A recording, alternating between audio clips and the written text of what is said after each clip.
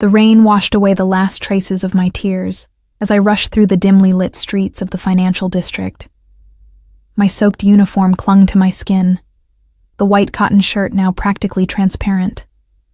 I'd lost my umbrella somewhere between the restaurant and the subway station, but that was the least of my problems. Being fired from my third job in 2 months felt like the universe was deliberately trying to break me.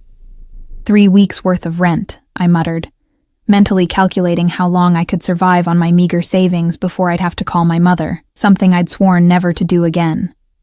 Not after everything. The elegant restaurant where I'd been working as a waitress glowed behind me, its warm lights spilling onto the wet pavement like liquid gold. Salvatore's was the kind of place where a single meal cost more than what I made in a day. The kind of place where people like me served people who would never know what it felt like to check their bank account with their heart in their throat. My boss's words still rang in my ears. "I'm sorry, Ellie, but you broke a $600 bottle of wine. We can't afford your clumsiness." What he didn't know was that the bottle had slipped from my trembling hands because I'd spotted him at table 7. The man I'd been avoiding for months, my daughter's father. The man who'd disappeared when I told him I was pregnant, only to return a year later demanding to see his child after deciding fatherhood might suit him after all. I hadn't even given birth yet. My hand instinctively moved to my stomach, barely showing at 5 months. I'd managed to hide it with loose-fitting clothes and strategic apron placement, but I wouldn't be able to conceal it much longer. The subway entrance beckoned, promising shelter from the rain, but as I approached, my phone buzzed with a notification.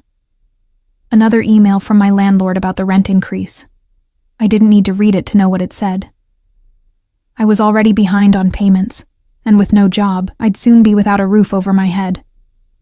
My chest tightened as panic began to set in. I couldn't bring my baby into a world where I couldn't even provide basic necessities. That's when I felt it. A strange sensation like someone was watching me. I turned around, scanning the nearly deserted street. Through the curtain of rain, I noticed a sleek black car idling across the road, its windows tinted too dark to see inside. Something about it made the hair on the back of my neck stand up. It had been there when I'd left the restaurant, and it was still there now, engine running, like a predator waiting for the right moment to strike. I hurried down the subway steps, nearly slipping on the wet tiles. The fluorescent lights buzzed overhead, casting a sickly pale glow over everything. I swiped my transit card, one of my last few rides before I'd need to reload it with money I didn't have. The platform was almost empty at this hour. A homeless man dozed on a bench, surrounded by plastic bags of belongings. A young couple stood wrapped in each other's arms near the edge, whispering and giggling. And at the far end, a man in an expensive suit checked his watch, radiating impatience. I kept my head down, avoiding eye contact. In this city, attention was rarely something you wanted. The rumble of the approaching train vibrated through the soles of my worn sneakers. As it screeched to a halt, I waited for the doors to open, desperate to sit down and take the weight off my swollen feet. But just as I stepped forward, my phone slipped from my rain-slick fingers, clattering to the ground. I bent to retrieve it, my heart sinking when I saw the newly formed crack across its screen. Another expense I couldn't afford. As I straightened, something solid bumped into me from behind, sending me stumbling forward. Strong hands gripped my shoulders, steadying me before I could fall. "Careful there," a deep voice murmured close to my ear. The scent hit me first, expensive cologne with notes of cedar and something darker, more primal. It wrapped around me like a physical presence, drowning out the usual subway smells of urine and disinfectant. "I'm sorry," I mumbled automatically, trying to pull away, but the hands on my shoulders lingered a moment longer than necessary before releasing me. No harm done. I glanced up, intending to offer a polite smile before retreating, but the words died in my throat. He was devastatingly handsome in the way that beautiful predators are, all sharp lines and dangerous grace. Dark hair styled with careless precision, a strong jaw shadowed with precisely maintained stubble. But it was his eyes that held me captive. The color of whiskey in firelight, amber flecked with gold, watching me with an intensity that made my skin tingle. He wore a suit that probably cost more than my entire wardrobe, charcoal gray tailored to perfection, with a black shirt open at the collar revealing a glimpse of tanned skin. No tie. A heavy watch glinted on his wrist, and a signet ring adorned his right hand. Everything about him screamed power and wealth. "You're soaked," he observed, his gaze traveling down my body in a way that made me acutely aware of how my wet uniform revealed more than it concealed. I crossed my arms over my chest, heat rushing to my cheeks. "It's raining." The corner of his mouth curved upward. "So it is." The train doors started to close. I lunged forward to catch them, but I was too late. They shut with a definitive thud, and the train pulled away, leaving me stranded on the platform with the beautiful stranger. "Shit," I hissed under my breath, blinking back tears of frustration. "Where are you headed?" he asked, still standing too close. My instincts screamed at me not to answer, not to engage. This wasn't the kind of man who spoke to women like me without an agenda. But exhaustion and desperation clouded my judgment. "Upper East Side," I replied, immediately regretting the admission.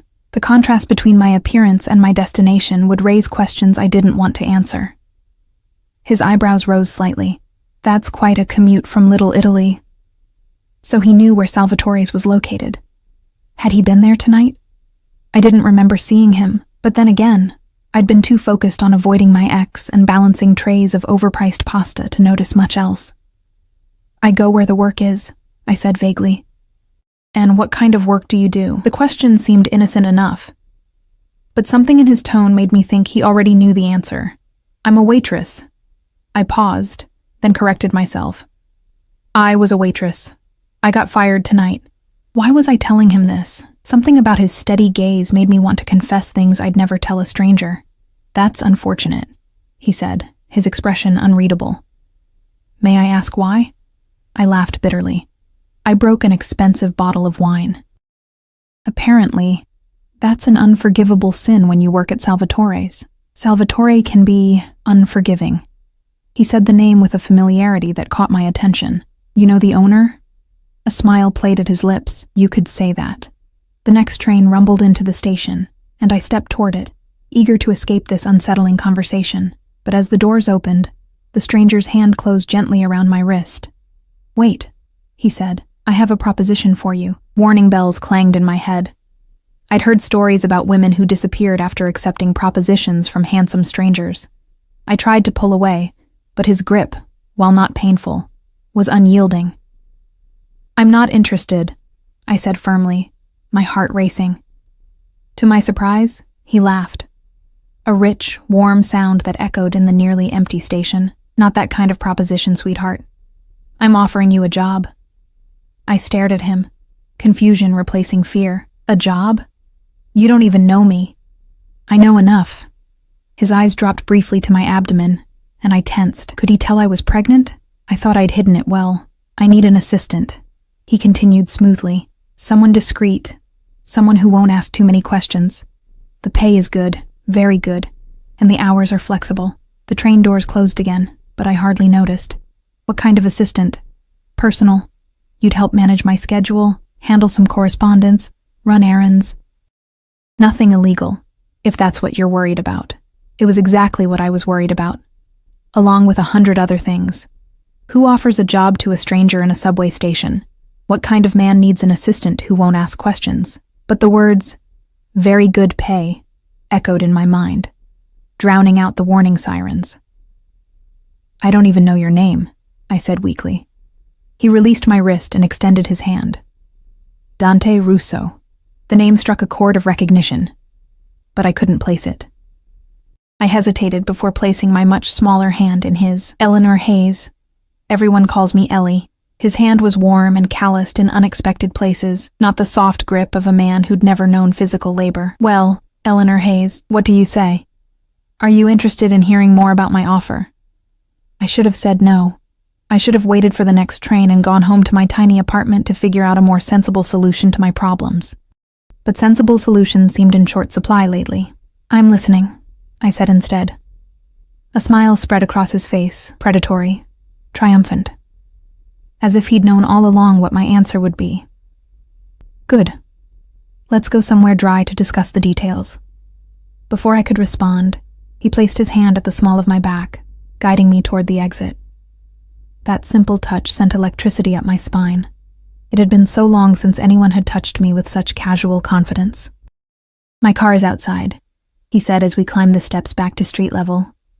The rain had stopped, leaving the city glistening under the streetlights. And there, exactly where I'd seen it earlier, was the sleek black car with the tinted windows.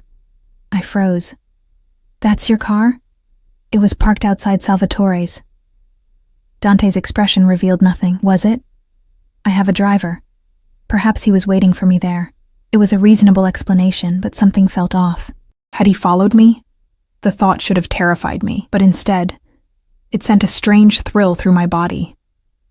A tall, broad-shouldered man stepped out from the driver's side and opened the rear door. His expressionless face and rigid posture screamed security more than chauffeur. "This is Marco," Dante said casually. "He drives for me." Marco nodded in acknowledgement but said nothing. Dante gestured toward the open door. "After you, Eleanor." Every instinct told me to run, to get as far away from this man as possible. But where would I run to? Back to my apartment that I couldn't afford? To my mother who'd made it clear she wanted nothing to do with me or my poor life choices? I climbed into the car, the leather seats butter-soft against my still damp clothes. The interior smelled of the same cologne Dante wore, mixed with leather, and the faintest hint of gunpowder, a scent I recognized from childhood trips to the shooting range with my father. That last detail should have been the final warning, the push I needed to climb back out and disappear into the night. Instead, I sat silently as Dante slid in beside me, close enough that our thighs almost touched. As Marco pulled away from the curb, Dante's phone rang. He glanced at the screen, his jaw tightening almost imperceptibly before he answered. "Yes?" His voice was different now, colder, harder. He listened for a moment. "No. I told you how to handle it. Don't make me repeat myself." Another pause.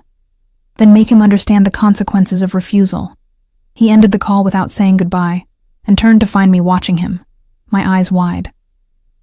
"Sorry about that," he said, his tone warming again. "Business never stops in this city." "What kind of business are you in exactly?" I asked, trying to keep my voice steady. He studied me for a moment. "Import-export, primarily. Family business." It was vague enough to be meaningless. I'd heard that import-export was often code for something less legitimate, but I didn't press. After all, he'd mentioned he wanted someone who didn't ask questions. We drove through the city, the streets growing progressively more exclusive as we headed uptown. Finally, the car pulled up outside a towering glass building overlooking Central Park. "My apartment," Dante explained, as Marco opened the door. "We can discuss the details of your employment more comfortably there." Alarm bells rang distantly in my head, but the warmth of the car and the promise of financial security had lulled me into a dangerous complacency. Or perhaps it was just that after months of struggling alone, the idea of surrendering control to someone else, even temporarily, held an appeal I was ashamed to acknowledge. I stepped out of the car, looking up at the gleaming tower. How many rent payments would a single apartment in this building cost? 50? 100? "You're playing with fire, Ellie," whispered a voice in my head that sounded suspiciously like my mother's. But I'd been cold for so long that even fire seemed welcoming. As we entered the lobby, the concierge nodded respectfully to Dante. "Good evening, Mr. Russo." "Evening, James. No visitors tonight." "Very good, sir." Dante guided me toward a private elevator at the back of the lobby, his hand returning to the small of my back with that same casual possessiveness. The doors closed, and we began to ascend. The mirrored walls of the elevator reflected us from every angle. Me, small and bedraggled in my waitress uniform, and him, tall and imposing in his perfect suit. "You're quiet," he observed, watching me through the mirror. I met his gaze in the reflection. "I'm trying to figure out why a man like you would offer a job to someone like me." "Someone like you." His eyebrow arched. "And what kind of person do you think you are, Eleanor Hayes?" The question caught me off guard. What kind of person was I? A struggling single mother-to-be? A college dropout? A disappointment to my family? "I'm nobody," I said finally. "Just another person trying to survive in this city." Something darkened in his eyes. "You're not nobody." The elevator stopped with a soft ding, opening directly into a stunning penthouse apartment. Floor-to-ceiling windows showcased a breathtaking view of Central Park and the city skyline. The space was decorated in shades of gray and black, with occasional splashes of deep red. Modern, masculine, and undeniably expensive. I stood frozen in the elevator, suddenly very aware of what I was doing. I'd gotten into a car with a stranger. I'd come to his apartment. Alone. Second thoughts? Dante asked, holding the door open. This is crazy, I whispered. I don't know you. His smile was slow and deliberate. But you want to, don't you? Otherwise you wouldn't be here. He was right. And that terrified me more than anything else. I did want to know him, this dangerous, beautiful man who'd appeared like some dark guardian angel, just when I needed saving the most. I stepped into his domain, feeling like I'd crossed some invisible threshold from which there was no returning. Welcome to my home, Eleanor, he said, his voice dropping to a lower register that sent shivers down my spine. Now, let's talk about your future. As the elevator doors closed behind me, I couldn't shake the feeling that I'd just made a deal with the devil himself, but as his amber eyes held mine, I realized that even knowing what I know now, I'd still make the same choice, because some fires are worth getting burned for. Dante's penthouse felt like another world, one where gravity worked differently and air cost money to breathe. I stood awkwardly near the elevator, afraid to touch anything, while he moved with easy confidence through the space, shedding his suit jacket and draping it over a sleek leather chair. Would you like something to drink? He asked, heading toward a bar that gleamed with crystal decanters. Water? Wine? Something stronger? Just water, please. My throat was suddenly parched. The reality of my situation, standing in a stranger's luxury apartment after dark, was finally catching up to me. He poured water into a crystal glass for me and some amber liquid. Whiskey, probably, for himself. When he handed me the glass, our fingers brushed, and I nearly jumped at the contact. Relax, Eleanor, he said, amusement playing at the corners of his mouth. If I wanted to hurt you, I wouldn't have brought you to my home. Somehow, that wasn't as reassuring as he might have intended. Please, sit. He gestured toward a massive sectional sofa facing the windows. I perched on the edge of the couch, feeling like an intruder in this pristine space. My damp clothes were probably ruining the expensive fabric. Dante didn't sit beside me as I'd expected. Instead, he moved to stand by the windows, looking out at the glittering city below. With his back to me, silhouetted against the night sky, he seemed even more imposing. Tell me about yourself, Eleanor Hayes, he said without turning. There's not much to tell. I fidgeted with my glass. I grew up in Ohio. Came to New York for college, dropped out after 2 years, been working service jobs ever since. Family? I hesitated. My parents are still in Ohio. We're not close. Boyfriend? Husband? My hand instinctively went to my stomach. No, he turned then, his eyes dropping to where my hand rested. But there's a child. It wasn't a question. He knew. Somehow he already knew. 5 months, I admitted, seeing no point in lying. The father isn't involved. By choice? His or yours? Both, at first. Now he's changed his mind, but I don't want him back in our lives. Dante nodded slowly, as if I'd confirmed something he'd already suspected. And that's why you were fired tonight. You saw him at the restaurant.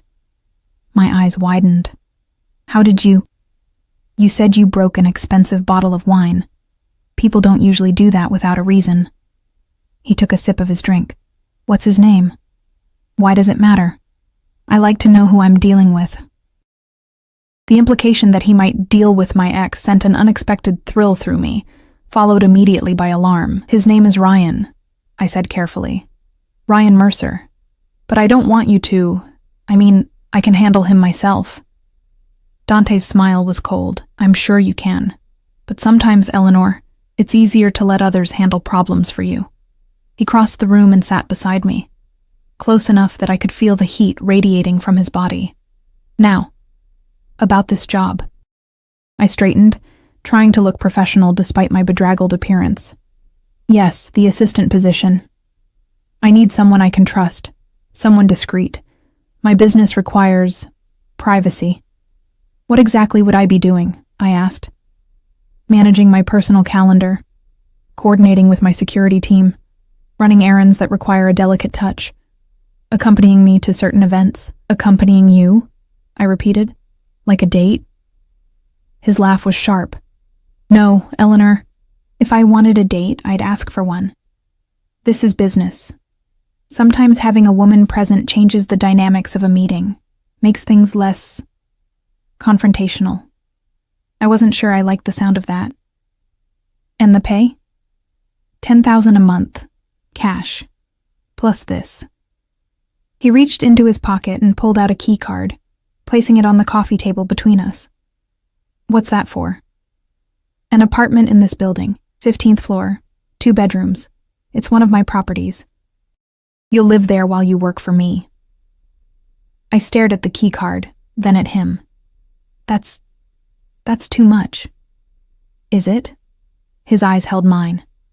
You need a place to live. I need you available at all hours. It makes sense. My mind raced. $10,000 a month plus an apartment in one of the most exclusive buildings in Manhattan? It was beyond generous. It was suspicious. Why me? I asked bluntly. You could hire anyone.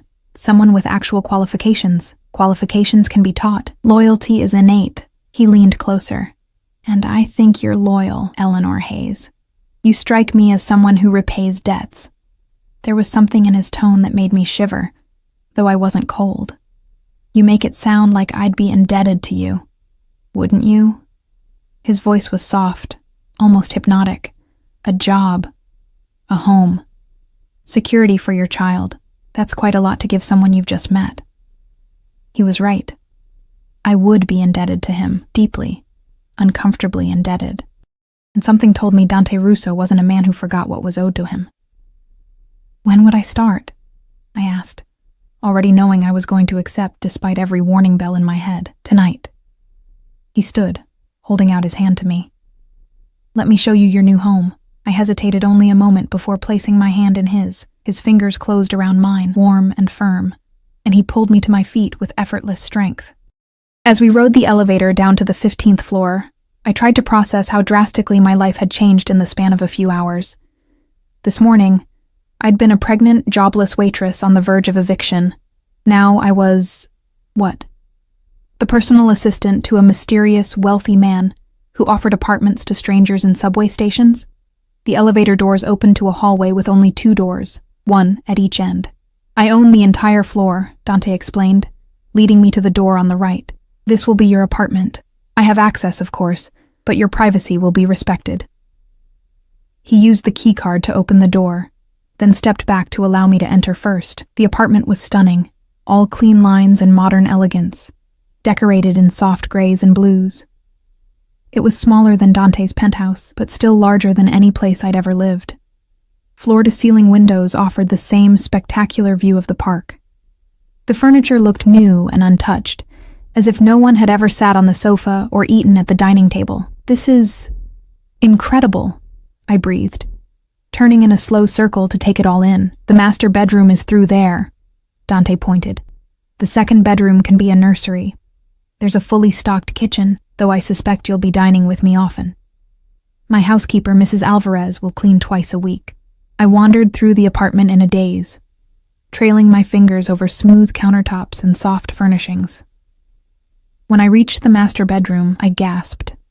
The bed was enormous, draped in what looked like Egyptian cotton sheets. A walk-in closet stood open, completely empty, waiting to be filled. Dante appeared in the doorway behind me. Is it acceptable? Acceptable? It's like a dream. I turned to face him, but I don't have anything to put in it. All my stuff is at my old apartment. Give Marco your address. He'll have your belongings moved tomorrow.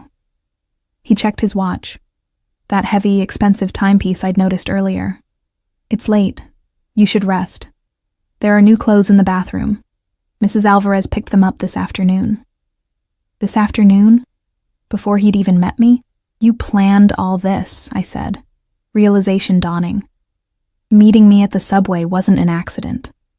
Something flashed in his eyes, approval perhaps. Very good, Eleanor. No, it wasn't an accident. How did you know about me? Why me? He stepped closer, close enough that I had to tilt my head back to maintain eye contact. Let's just say I've been aware of you for some time. Your situation interested me. My situation? I repeated. You mean being pregnant and desperate? I mean being resilient and proud despite facing adversity. His hand rose to my face, his thumb lightly tracing my cheekbone. You remind me of someone I once knew. The touch was electric, sending warmth cascading through my body. I stepped back, needing distance from this magnetic pull he seemed to exert. Who? I asked, my voice embarrassingly breathless. That's a story for another time. His hand dropped back to his side. Tomorrow, we begin. I'll send Marco to collect you at 9. Wear something professional. The clothes in the bathroom should suffice until we can get you a proper wardrobe. He turned to leave, but I called after him. Wait, I still have questions. Dante paused in the doorway, looking back over his shoulder, and I'll answer them. Tomorrow. For now, rest. You're safe here, Eleanor. After he left, I stood in the center of the bedroom, my bedroom, trying to make sense of everything that had happened. Part of me wanted to run, to grab whatever cash I had and disappear before I became any further entangled with Dante Russo. But where would I go? And how far would I get before he found me? Because he would find me. I was certain of that. Instead of running, I went to the bathroom and found, as promised, new clothes laid out for me. Silk pajamas, underwear still in packaging, even a fluffy robe, everything in my size. I should have been creeped out by the invasion of privacy, but I was too exhausted to muster the appropriate outrage. I showered in a bathroom bigger than my entire studio apartment, letting hot water wash away the grime of the day. As I dried off and slipped into the silk pajamas, I caught sight of myself in the floor-to-ceiling mirror. With my wet hair and wide eyes, I looked young and vulnerable. But there was something else there too. A spark of determination that hadn't been there this morning. I placed my hand on my slightly rounded belly. We're going to be okay, I whispered to my unborn child. I'll figure this out. But as I climbed into the ridiculously comfortable bed and sank into sheets that probably cost more than a month's rent at my old place, I couldn't shake the feeling that I'd just made a deal that would be impossible to escape. In my dreams that night, I was running through endless corridors, pursued by a shadow with amber eyes. No matter how fast I ran, it stayed right behind me, whispering, You shouldn't play with fire, Eleanor. But even in the dream, I knew I already was. I woke to sunlight streaming through windows I'd forgotten to cover. For a disorienting moment, I didn't know where I was. The bed was too soft, the room too quiet, the ceiling too high. Then memories of the previous night came flooding back. Dante Russo, the job offer, this apartment. I sat up slowly, half expecting to find myself back in my cramped studio, the entire encounter nothing but a desperate dream. But the luxurious bedroom remained solid around me, the sheets whispering against my skin as real as anything I'd ever felt. My phone buzzed on the nightstand, another unfamiliar addition to my morning routine. When I checked it, I found a text from an unknown number. Good morning, Eleanor. Car will collect you at 8:45 instead of 9 now. Wear the gray dress. D. How did he have my number? I hadn't given it to him. Then again, he seemed to know everything else about me. My size, my situation, even where I'd been working. I should have been terrified by the surveillance implications, but something darker and more complicated stirred inside me instead. There was a strange comfort in being seen so completely after months of feeling invisible. In the closet, I found the gray dress he'd mentioned hanging in otherwise empty space. It was simple, but elegant. The kind of thing worn by women who attended charity galas and board meetings, not former waitresses from Ohio. Beside it hung a pair of black heels that looked both expensive and uncomfortable. After showering, I slipped into the dress, surprised by how perfectly it fit, hugging my curves but cleverly disguising my small baby bump. The reflection in the mirror showed someone I barely recognized, a polished, professional woman ready to take on Manhattan. Not bad for someone who got fired yesterday, I murmured to my reflection. At precisely 8:45, my phone buzzed again, waiting downstairs. Marco. The elevator ride to the lobby felt like descending into a new life. I mentally rehearsed how to address Dante. Mr. Russo seemed appropriate given our new professional relationship, and reminded myself to ask about my actual duties. So far, this job had been long on perks and short on specifics. Marco stood by the same black car, his expression as blank as it had been last night.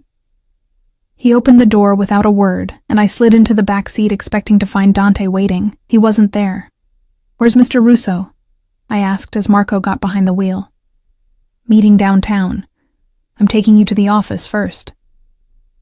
I didn't know Dante had an office. Then again, there was a lot I didn't know about my new employer. We drove in silence, weaving through morning traffic with the practiced ease of someone who'd done this route countless times. I watched the city transform around us, from the manicured elegance of the Upper East Side to the towering glass canyons of Midtown, and finally into the more historic architecture of the financial district. The car pulled up outside an understated building with no company name displayed.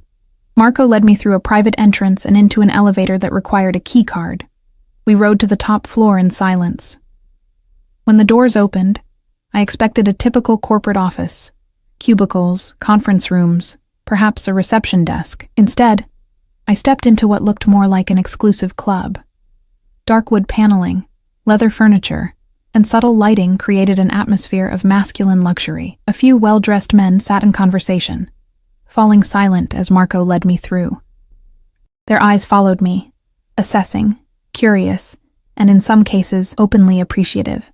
I straightened my spine and lifted my chin, refusing to be intimidated. Marco stopped before an ornate wooden door and knocked once before opening it. "Ms. Hayes is here, sir." Dante sat behind a massive desk, phone to his ear, looking every bit the powerful executive in a charcoal suit and blood-red tie. He motioned for me to enter but continued his conversation. "I don't care what he thinks he's entitled to," he was saying, his voice hard as stone. The terms were clear. If he can't honor them, then perhaps he needs a reminder of who he's dealing with. I stood awkwardly by the door, unsure where to look or what to do with my hands. The office was impeccably decorated, more art gallery than workplace, with what looked like original paintings on the walls and sculptures displayed in glass cases. "Have Vito pay him a visit," Dante continued. Nothing dramatic, just enough to refresh his memory. He ended the call and finally looked up at me, his expression softening fractionally. "Eleanor, right on time." He gestured to a chair across from his desk. "Sit.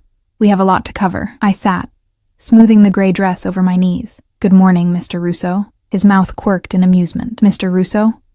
Last night it was Dante. Last night I wasn't officially your employee." "Fair enough." He leaned back, studying me. "The dress suits you." "Thank you." I folded my hands in my lap to keep them from fidgeting. "I'm ready to learn about my duties." "Straight to business. I like that." He pushed a sleek laptop across the desk toward me. "This is yours. Everything you need to know about the day-to-day operations is on there. Calendar, contacts, security protocols." I opened the laptop, finding it already powered on and unlocked. The screen showed a meticulously organized calendar, filled with appointments and meetings. "You'll be responsible for managing my schedule, both business and personal, making reservations, coordinating with my security team, handling correspondence." He paused. "And occasionally attending meetings with me, as we discussed." I nodded, scrolling through the calendar. Most entries were vague: meeting with V, dinner at S, warehouse inspection, nothing that gave away the nature of Dante's business. "What exactly is it that you do, Mr. Russo?" I asked, looking up from the screen. Something dangerous flashed in his eyes. "I thought we established that you wouldn't ask too many questions. I'm not asking about specific operations. I just want to know what kind of business I'm supporting." He studied me for a long moment. "Import-export, as I mentioned. Luxury goods primarily. Wine, art, specialty foods. My family has been in the business for generations." It sounded legitimate enough, but the way he said it, carefully controlled, revealing nothing, made me suspect there was more to it. "And these men outside?" I gestured toward the door. "Are they all part of your import-export business?" "They're associates. Some family, some not." He leaned forward. "You'll meet them all eventually. For now, just remember that they report to me, not the other way around." Before I could ask another question, the door opened without a knock. A tall, strikingly handsome man with the same amber eyes as Dante strode in, coming to an abrupt halt when he saw me. "Sorry, brother." Didn't realize you had company. His gaze traveled over me with undisguised interest. Very pretty company. Dante's expression hardened. Eleanor, this is my brother Lorenzo. Lorenzo, this is my new personal assistant, Ms. Hayes. Lorenzo's eyebrows shot up. Personal assistant? Is that what we're calling it now? Heat rushed to my face as I understood the implication. It's a pleasure to meet you, Mr. Russo, I said stiffly, extending my hand. He took it, his thumb brushing over my knuckles in a way that was definitely not professional. The pleasure is entirely mine, Ms. Hayes. That's enough, Lorenzo. Dante's voice cut like a blade. What do you need? Lorenzo released my hand reluctantly. The shipment from Sicily arrived. There's a discrepancy in the inventory. Dante's jaw tightened. I'll handle it. He turned to me. Eleanor, take the laptop to my private office next door. Review the calendar and familiarize yourself with the contacts. I'll join you shortly. I gathered the laptop, eager to escape the sudden tension in the room. As I passed Lorenzo, he winked at me, prompting a dark look from Dante that I pretended not to notice. The adjacent office was smaller, but no less impressive. Floor-to-ceiling windows offered a view of the harbor, and the furnishings were more modern than in the main office. I settled at a sleek desk that I assumed was meant for me and opened the laptop again. The calendar was packed with appointments, many of them recurring. Weekly meetings with names like Gambino, Tartaglia, and Veneto. Something about those names tickled the back of my mind, but I couldn't place why they seemed familiar. The contacts list was equally cryptic. Hundreds of names, many with only initials or nicknames, each assigned a color code whose meaning wasn't explained. Red seemed to be reserved for family members, Dante, Lorenzo, and others sharing the Russo surname. Blue appeared to be business associates. Yellow, government officials. Green, I couldn't determine. I was so absorbed in trying to decode the system that I didn't hear the door open. When Dante spoke from directly behind me, I nearly jumped out of my skin. Finding everything all right, I turned to find him standing much closer than I expected, his expression unreadable. Yes, just trying to understand the organization system. You'll learn it quickly enough. He placed a hand on the back of my chair, leaning over me to look at the screen. His cologne enveloped me, that same intoxicating scent from last night. Red is family. Blue is business. Yellow is friends in useful positions. Green is potential problems. Problems? Competitors. Former associates who've become unreliable. His eyes met mine. People who might try to use you to get to me. A chill ran down my spine. Use me? Why would anyone do that? He straightened, moving around the desk to sit on its edge, facing me. Because that's what people do, Eleanor. They look for leverage, for weaknesses to exploit. And you think I'm a weakness? The idea was both flattering and terrifying. I think you could be, if I let you. His gaze was intense, searching. Are you having second thoughts? I should have been. Any rational person would be running for the door by now. But instead, I shook my head. No, I made a commitment. Something like approval flickered across his face. Good. Now, there's something important we need to discuss. He reached into his jacket pocket and withdrew a small velvet box. Your cover story. Cover story? I repeated, eyeing the box warily. He opened it, revealing a stunning diamond ring. In certain circles, a personal assistant raises questions, unwanted attention. A fiancé, on the other hand. I stared at the ring, then at him. Sure I had misunderstood. You want me to pretend to be your fiancé? Only in specific situations. Business dinners, family events. He removed the ring from the box and held it out. It's just for show, Eleanor. A way to protect you. Protect me from what? My voice had risen despite my efforts to stay calm. From men like my brother. His expression darkened. From men who might see you as a way to get to me. I didn't take the ring. This wasn't part of our agreement. Our agreement was that you would assist me as needed. This is what I need. He took my left hand before I could pull away, sliding the ring onto my finger. It fit perfectly, like everything else he'd given me. Consider it part of your uniform. The weight of the diamond was substantial, catching the light with every movement of my hand.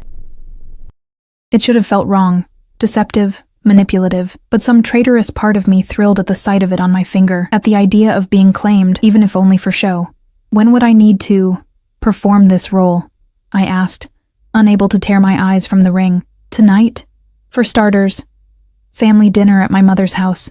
He stood, straightening his cufflinks. She's eager to meet the woman who's carrying her grandchild. My head snapped up. What? His smile was predatory. Did I forget to mention that part of your cover story?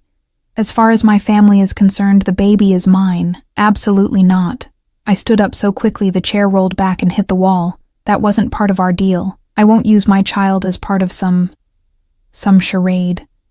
Dante remained perfectly still, watching my outburst with that unnerving calm. Sit down, Eleanor. No. My hands trembled, but my voice was steady. I agreed to be your assistant, not to lie about my baby's paternity. It's a necessary precaution, he said, his tone maddeningly reasonable. My family is traditional. They wouldn't understand our actual arrangement. Then tell them I'm just your employee. An unmarried, pregnant employee living in my building? That would raise even more questions. He stepped closer, his presence filling the room. Besides, this protects your child as well. How does lying about my baby's father protect them? His eyes hardened. Because being my child means protection. Resources. Status. Being Ryan Mercer's child means nothing. The mention of Ryan's name stopped me cold. How do you know about Ryan? I told you, Eleanor. I've been aware of you for some time. He reached out, his fingers brushing my cheek in that proprietary way that was becoming disturbingly familiar. Ryan Mercer is a small-time drug dealer with gambling debts and a temper. Not father material. Ice flooded my veins. How do you know all this? I make it my business to know things. Especially about people who interest me. His thumb traced my lower lip, and to my shame, I didn't pull away. Ryan's been trying to find you. Did you know that? He's been asking questions, threatening your former co-workers. Fear gripped my heart. I'd changed my phone number, moved apartments twice, all to stay ahead of Ryan's increasingly desperate attempts to reconnect. If Dante knew this much, was it possible Ryan would find me too? What does he want? I whispered. He claims he wants to be a father to his child. Dante's expression darkened, but his sudden interest coincided with learning your grandmother left you a small inheritance. He thinks there's money he can access through you and the baby. My grandmother had indeed left me some money. Not a fortune, but enough to help with the baby and maybe finish my degree someday. I hadn't touched it yet, saving it for emergencies. How could he possibly know about that? I never told him. People talk, and money has a way of attracting attention. Dante's hand dropped from my face. If you're publicly connected to me, if everyone believes that child is mine, Ryan will back off. He won't dare cross me. The implication hung in the air between us. Who exactly was Dante Russo that even the mention of his name would scare off someone as reckless as Ryan? Who are you? I asked softly. Really? Something shifted in his eyes, a moment of calculation, of decision. You're smart, Eleanor. I think you've already figured it out. The pieces had been there all along. The security, the cryptic business dealings, the way people deferred to him, names like Gambino and Tartaglia in his contacts. It should have terrified me, but somehow, I'd known from the moment I saw him in that subway station. You're not just an import-export, I said carefully. His smile was sharp. Not just, no, you're family. You're connected. Connected. He seemed amused by my choice of words. Yes, you could say that. The Russo family has been connected in New York for generations. I sank back into my chair as the full reality of my situation hit me.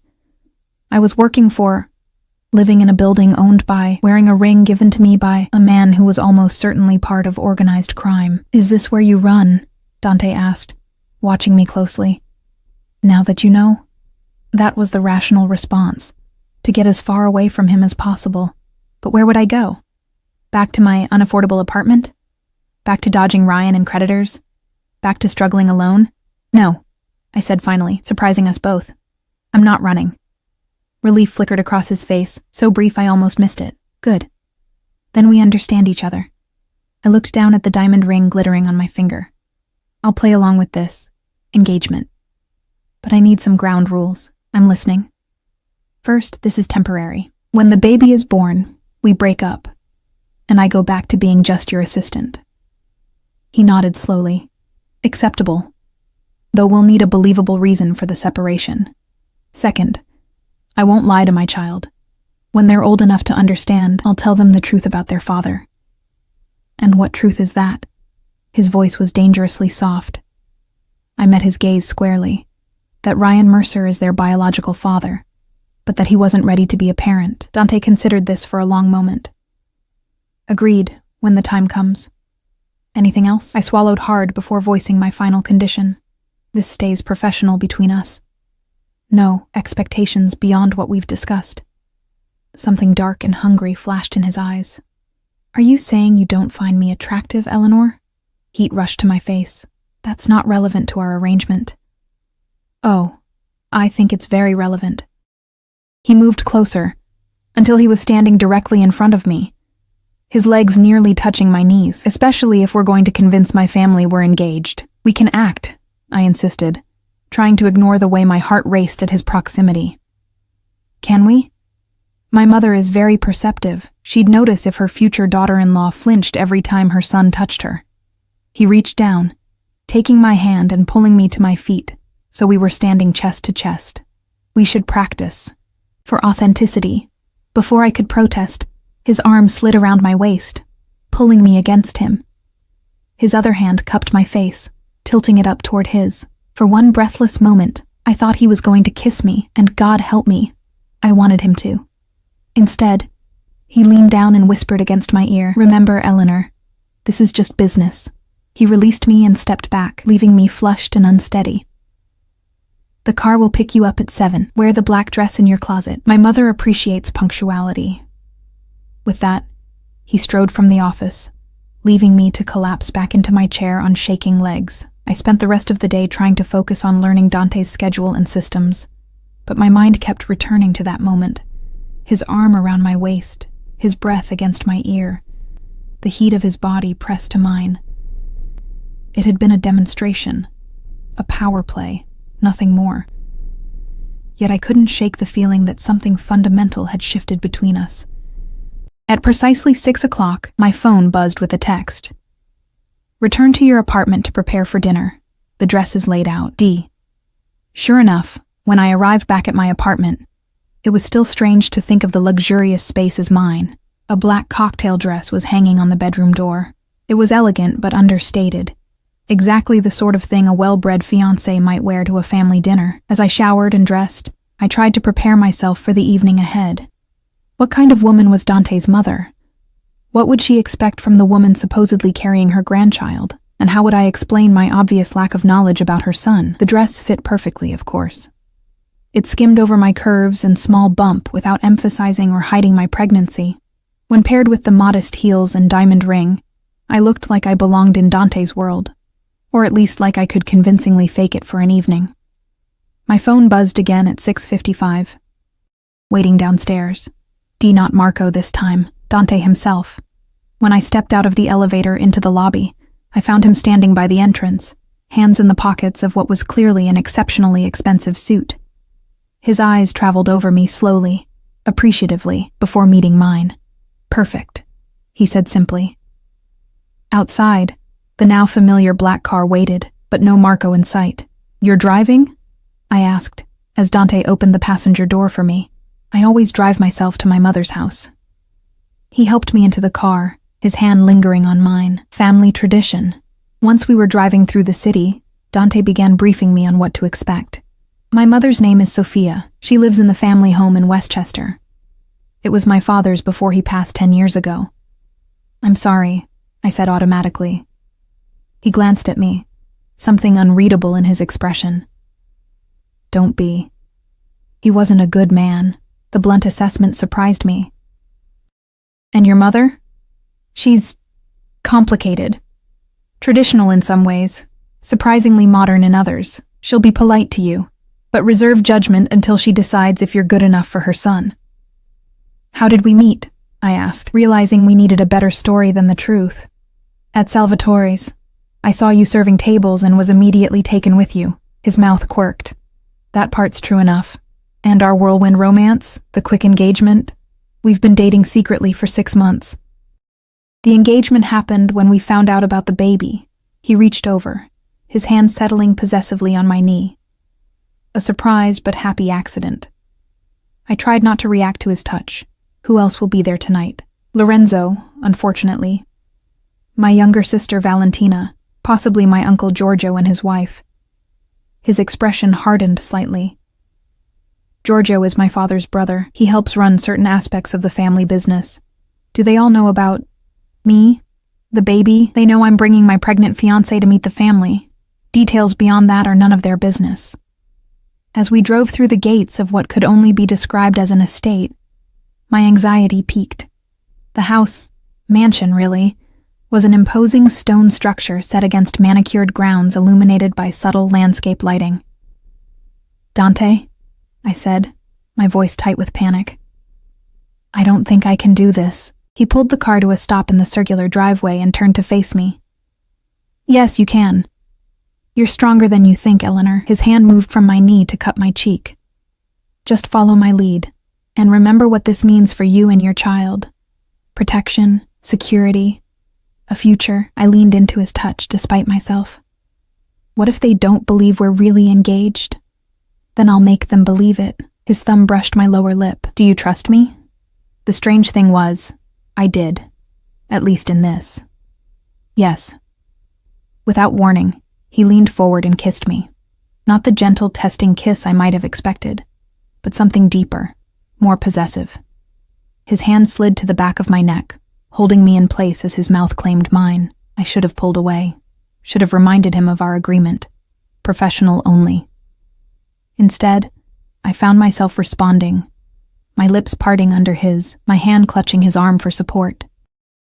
When he finally broke the kiss, we were both breathing hard. "There," he said, his voice rough. "Now you look like a woman who's been thoroughly kissed by her fiancé." Before I could respond, the front door of the house opened, light spilling out onto the driveway. A silhouette appeared, tall, elegant, unmistakably female. "That's my mother," Dante said, straightening his tie. "Remember, from now on, that baby is a Russo, and you belong to me." As he helped me from the car, I couldn't shake the feeling that I was crossing a threshold from which there would be no return.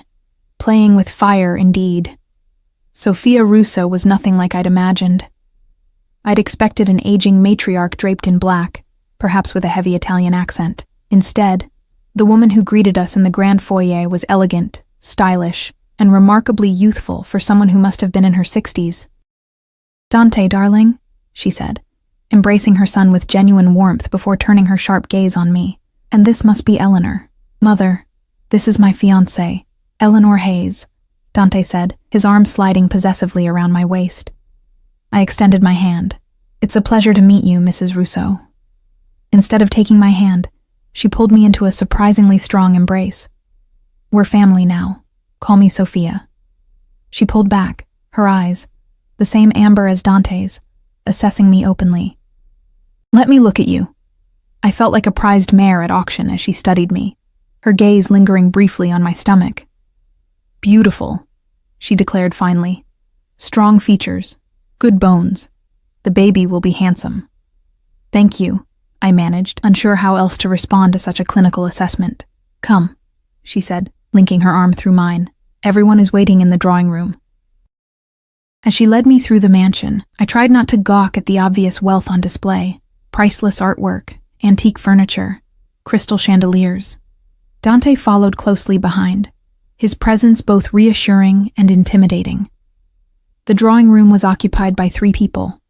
Lorenzo, lounging with a drink in hand, a striking young woman I assumed was Valentina, and an older man with hard eyes who could only be Uncle Giorgio. "Everyone," Sophia announced. "This is Eleanor, Dante's fiancée, and the mother of our newest Russo." Lorenzo raised his glass in mock salute. "Welcome to the family circus, Eleanor. Drink?" "She's pregnant, idiot," Valentina said, rising gracefully to greet me. Unlike her mother's warmth, her embrace was perfunctory. "Congratulations," she added, though her tone suggested it was anything but. Uncle Giorgio didn't bother to stand. "So this is the girl who trapped my nephew," he said, his accent thicker than Sophia's. "Pretty enough, I suppose." "Giorgio," Sophia warned. "Mind your manners." Dante's arm tightened around me. Eleanor didn't trap anyone. The baby was a mutual surprise, but a welcome one. The tension in the room was thick enough to cut with a knife. I could feel Valentina's resentment, Giorgio's suspicion, and Lorenzo's amusement, all directed at me. Sophia, apparently oblivious to the undercurrents, guided me to a sofa. "Sit, dear. You must be tired. Pregnancy is exhausting. I remember it well. 3 children nearly killed me." She shot a pointed look at Lorenzo. "Especially that one. Breech birth. 36 hours of labor. Always glad to make an entrance," Lorenzo quipped, refilling his glass. Dinner was served in a formal dining room that could have accommodated 20. I sat at Dante's right hand, with Sophia at the head of the table.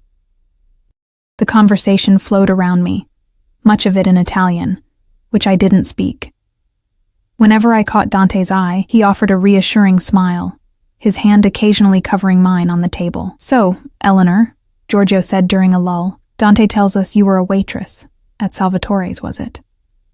The way he said it made it sound like I'd been working in a brothel. "Yes, that's where we met." "How romantic," Valentina drawled. "My brother, falling for the help." Dante's knuckles whitened around his fork. "Watch yourself, Valentina." "What?"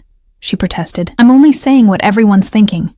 She's pregnant with your child after what, 6 months of dating? And suddenly there's a ring on her finger?" "That's enough," Sophia said sharply. "Eleanor is carrying my grandchild. She will be treated with respect." I placed my hand on Dante's arm, feeling the tension in his muscles. "It's all right," I said quietly. "I understand their skepticism."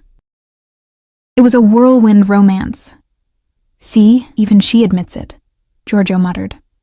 "Tell us, Eleanor," Lorenzo interjected, clearly enjoying the drama. "What was it about my brother that swept you off your feet? His charming personality, his winning smile, or perhaps his, substantial assets?" The innuendo wasn't subtle. "Actually," I said, surprising myself with my steady voice, "it was his kindness." The table fell silent, all eyes on me. "Kindness?" Giorgio repeated incredulously. "Yes." I looked directly at Dante, finding strength in his intense gaze. "The night we met, I'd been fired. I was alone, pregnant, scared. Dante could have ignored me or taken advantage. Instead, he offered help with no strings attached. It wasn't entirely untrue. He had offered help when I needed it most, even if his motives weren't as pure as I was suggesting. He made me feel safe for the first time in months." I turned to face the table. "I know how this looks. Poor waitress snags rich businessman. Surprise pregnancy, quick engagement. But I'm not after Dante's money or his name. I just want to give my child the stability I never had growing up." The silence that followed was profound. Even Lorenzo seemed taken aback by my honesty. Sophia was the first to speak. "Well said, my dear." She raised her glass. "To Eleanor, and to my future grandchild. May they both bear the Russo name with pride." The toast was echoed around the table, though Valentina merely wet her lips without drinking. After dinner, while the men retreated to Dante's father's study for what Sophia called business talk, she led me to a sunroom filled with family photographs. "You handled yourself well tonight," she said, pouring tea from a silver service. "Better than I expected." "Thank you, I think." She smiled, the expression softening her aristocratic features. "It was a compliment. This family, it's not easy to marry into. The name comes with certain expectations, certain dangers." "Dangers?" I repeated, my hand instinctively moving to my stomach. "Don't play innocent, Eleanor. You're smarter than that." She handed me a cup of tea. "You know what my son is, what this family is." I hesitated, unsure how to respond. "It's all right," she said. "We don't speak of it directly. That's rule number 1. But I want you to understand what you're getting into." "I think I do," I said carefully. "No, you don't. Not yet." She sat beside me, her eyes, so like Dante's, fixed on mine. My husband was a monster, brilliant in business, ruthless with enemies, but a monster at home. He had Appetites. For violence. For other women. She sipped her tea. I endured it for my children. For the name. For the security it provided. I'm sorry, I said, genuinely moved by her candor. Don't be. When he died, I shed no tears. She set down her cup with a delicate clink. Dante is not his father. He has his ruthlessness, his intelligence, but not his cruelty. Still, this life changes people, hardens them. Why are you telling me this? Because I see the way my son looks at you. She reached out, her cool fingers wrapping around my wrist. It's how his father once looked at me. Before the power consumed him, a chill ran through me. Dante and I. Our arrangement is, spare me the lies, child. Her grip tightened. I know my son didn't meet you 6 months ago. I know this engagement is sudden and convenient. What I don't know is whether you're good for him. I swallowed hard. I don't think anyone has worried about what's good for Dante in a long time. Her eyes widened in surprise, then crinkled with genuine amusement. Perhaps you understand more than I gave you credit for. She released my wrist. My son needs someone who sees him clearly. Not just the power, the name, the money, but the man beneath. I'm trying, I admitted. Good. She stood, smoothing her impeccable dress. Now, one last piece of advice. In this family, appearances matter. If you're going to pretend to be in love with my son, do it convincingly. Before I could respond, the door opened and Dante entered. Everything all right in here? Sophia smiled. Just getting to know your lovely fiancé. She kissed his cheek as she passed. Don't keep her up too late. Pregnant women need their rest. When she was gone, Dante turned to me. What did she say to you? Nothing I couldn't handle. I set down my teacup. Your mother is formidable. She likes you. He seemed surprised. I can tell. Really? How? She didn't threaten to have you investigated. His mouth quirked in what might have been a genuine smile. That's practically a warm welcome in this family. The drive back to Manhattan was quiet, both of us lost in thought. I replayed the evening in my mind. The barely concealed hostility from Valentina, Giorgio's suspicion, Lorenzo's suggestive comments, and most of all, Sophia's warnings. When we reached the building, Dante insisted on walking me to my door. You did well tonight, he said as we rode the elevator. Better than well. You impressed them. Even Valentina, I asked dryly. She'll come around. She's protective of me, that's all. He studied my face. Are you all right? You've been quiet. Just tired. It was a lot to take in. We reached my door, and I fumbled with the key card, suddenly nervous.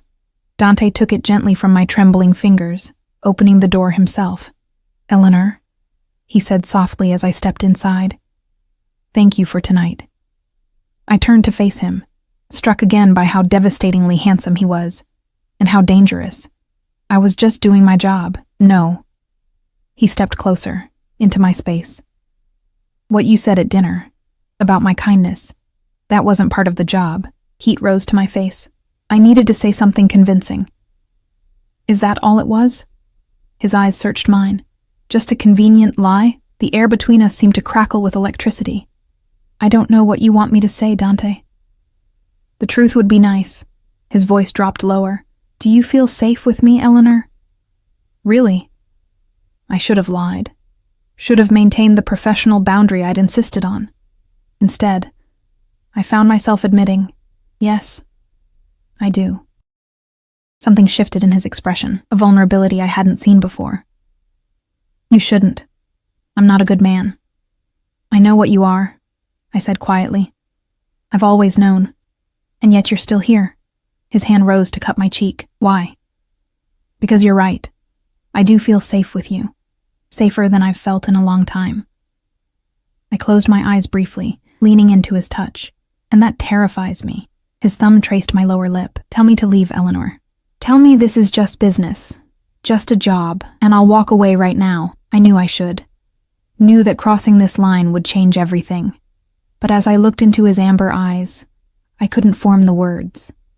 Instead, I rose onto my toes and pressed my lips to his. Unlike the calculated kiss in the car, this one started gentle, hesitant. His arms encircled me carefully, mindful of my pregnancy, drawing me against the solid warmth of his chest. When I parted my lips, inviting him deeper, he groaned, a sound of surrender that matched the collapse of my own resistance. "Eleanor," he murmured against my mouth, "you're playing with fire." I smiled, my fingers threading through his hair, "So I've been told." As he lifted me into his arms and carried me toward the bedroom, I knew there would be consequences for this choice. Dante Russo was dangerous, powerful, connected to a world I barely understood. But for tonight, at least, I would embrace the fire instead of fearing the burn, because sometimes the most dangerous path is also the one that leads you home.